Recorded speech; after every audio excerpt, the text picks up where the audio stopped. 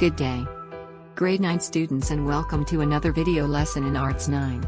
Before we start our lesson, let's answer these questions first, to test how much you already know about this lesson. Read the questions carefully and write your answer in your notebook. You'll only be given 5 seconds to read the question and answer. You may pause the video if you need more time. Are you ready? Let's start. Direction. Identify the name of each picture shown below, and the eras, where they should belong.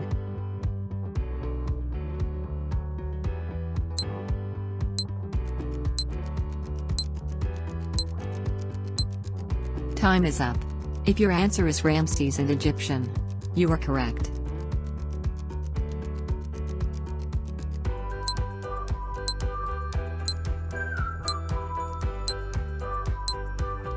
Ball pens up.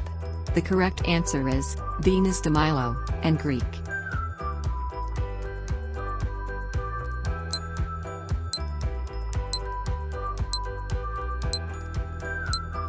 Ball pens up.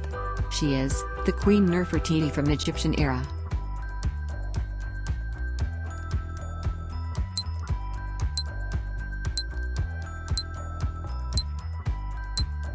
If your answer is the order, Roman, correct.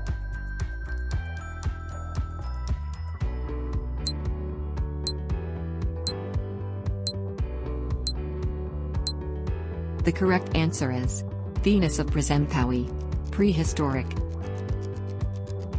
In our previous lesson, we discussed about the prehistoric, ancient Egypt, classical Greek, and Roman era paintings. You have identified which pictures below is illustrated in the given artwork, name, and give its artistic elements.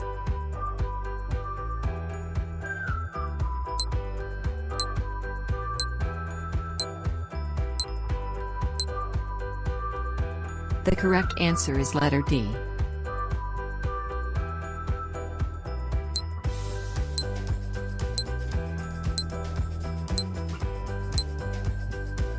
The correct answer is letter C.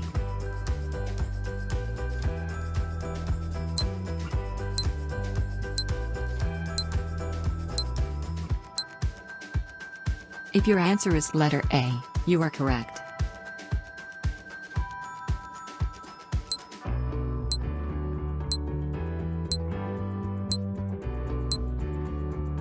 In this item, the correct answer is letter B.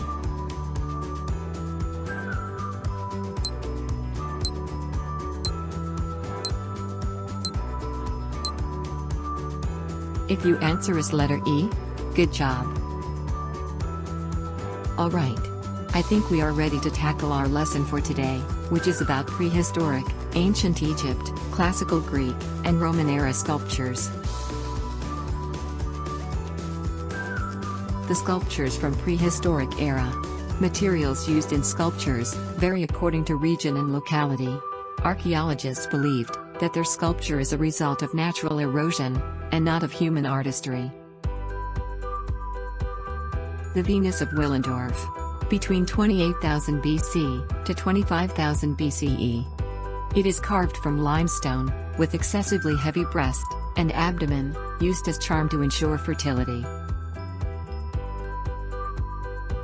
The Venus of Brassempouy. A sculpture of a lady with the hood. It is a fragment ivory figurine, from the Upper Paleolithic era, that realistically represents the human face and hairstyle. The sculptures, from the Egyptian era. Symbolic elements are forms, hieroglyphics, relative size, location, materials, color, actions, and gestures.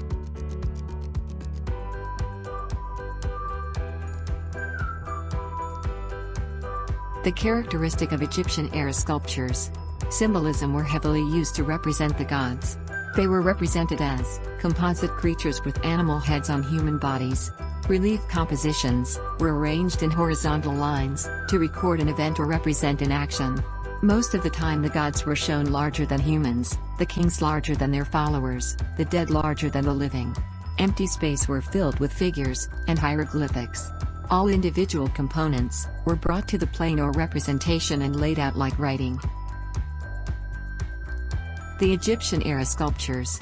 Queen Nefertiti, from 18th dynasty, 1375 to 1357. Realistic, with heavy-lidded eyes, slender neck, determined chin and pure profile under her heavy crown. And the next is, the pharaoh Menkaure and his queen, stone. 5th dynasty, 2548 to 2530 BCE. Portraits presented in rigid postures, and were simple and powerful, with very little show of private emotion. Now, let's proceed to Greek sculpture. Early Greek sculptures were tense and stiff, their bodies were hidden within enfolding robes.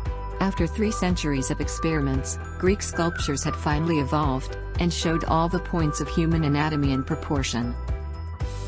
And one of the most popular Greek sculptures was the Hellenistic style. This style manifests a preference in sculpture for more elaborate patterns, mannered arrangement of figures, and groups, and an emphasis on the representation of movement, for dramatic effects. In Greek sculpture, we have Myron the Discobolus, 450 BC.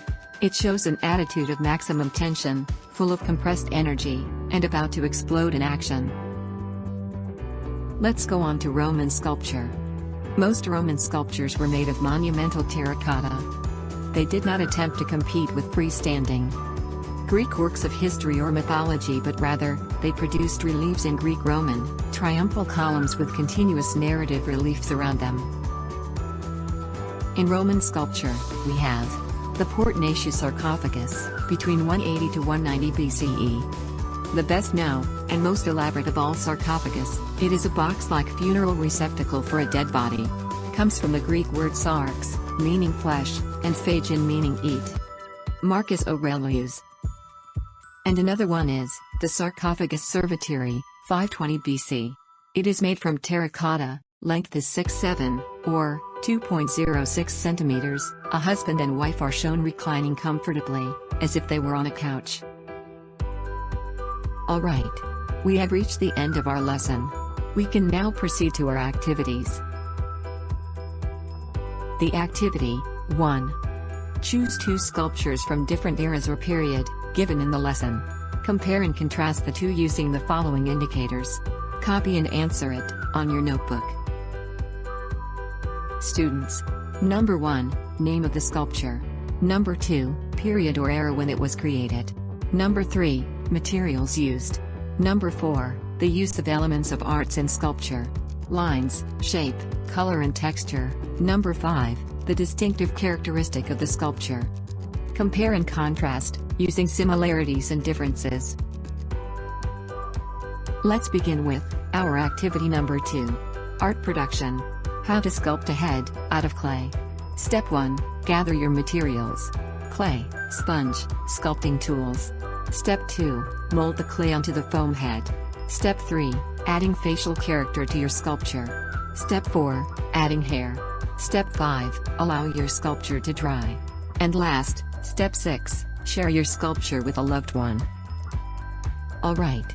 We are through with our activities for today, but before we part ways, let's complete the sentences in the next slide. Students, complete the following sentences to sum up your learnings for today. 1. The dominant features in prehistoric sculptures are. 2. The themes from Egyptian sculptures includes. 3. The most common style of classical Greek era sculptures are. 4. The Greeks are masters of. Look at the pictures. What can you say about bread art? What are the hobbies you can do during the time of quarantine or lockdown? Before you go, let's see how you've understand our lesson by answering the post-test. 1. Egyptian sculpture includes statues or figures that represents A. Hunting, fishing and farming. B. Lines and color. C. Myths. D. Pharaohs, armies and servants.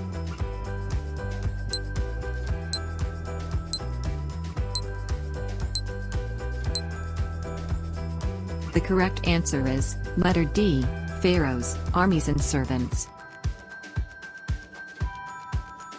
2. The Greeks are masters of A. Vase making. B. Stone carving and bronze making. C. Warriors. D. Painting limestones.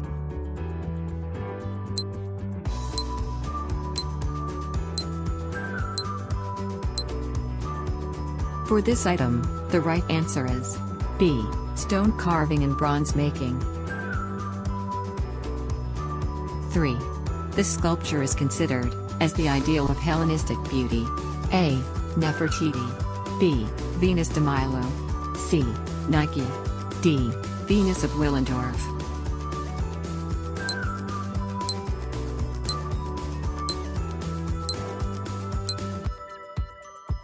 The correct answer for this item is letter B. Venus de Milo. 4. Egyptian symbolic elements were widely used such as A. Lines, shapes, and color. B. Paintings, sculpture, and architecture. C. Wood, ivory, and stones. D. Forms, hieroglyphics, size, materials, locations, and gestures.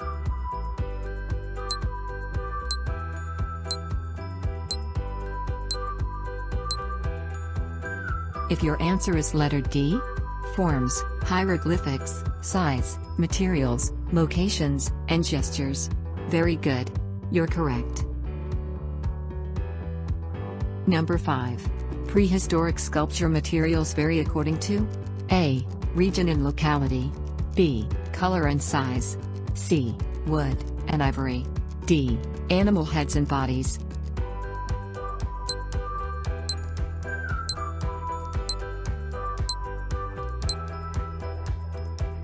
The correct answer is letter A. Region and locality. How many correct answers did you get? Very good. And that completes our lesson for today. Thank you.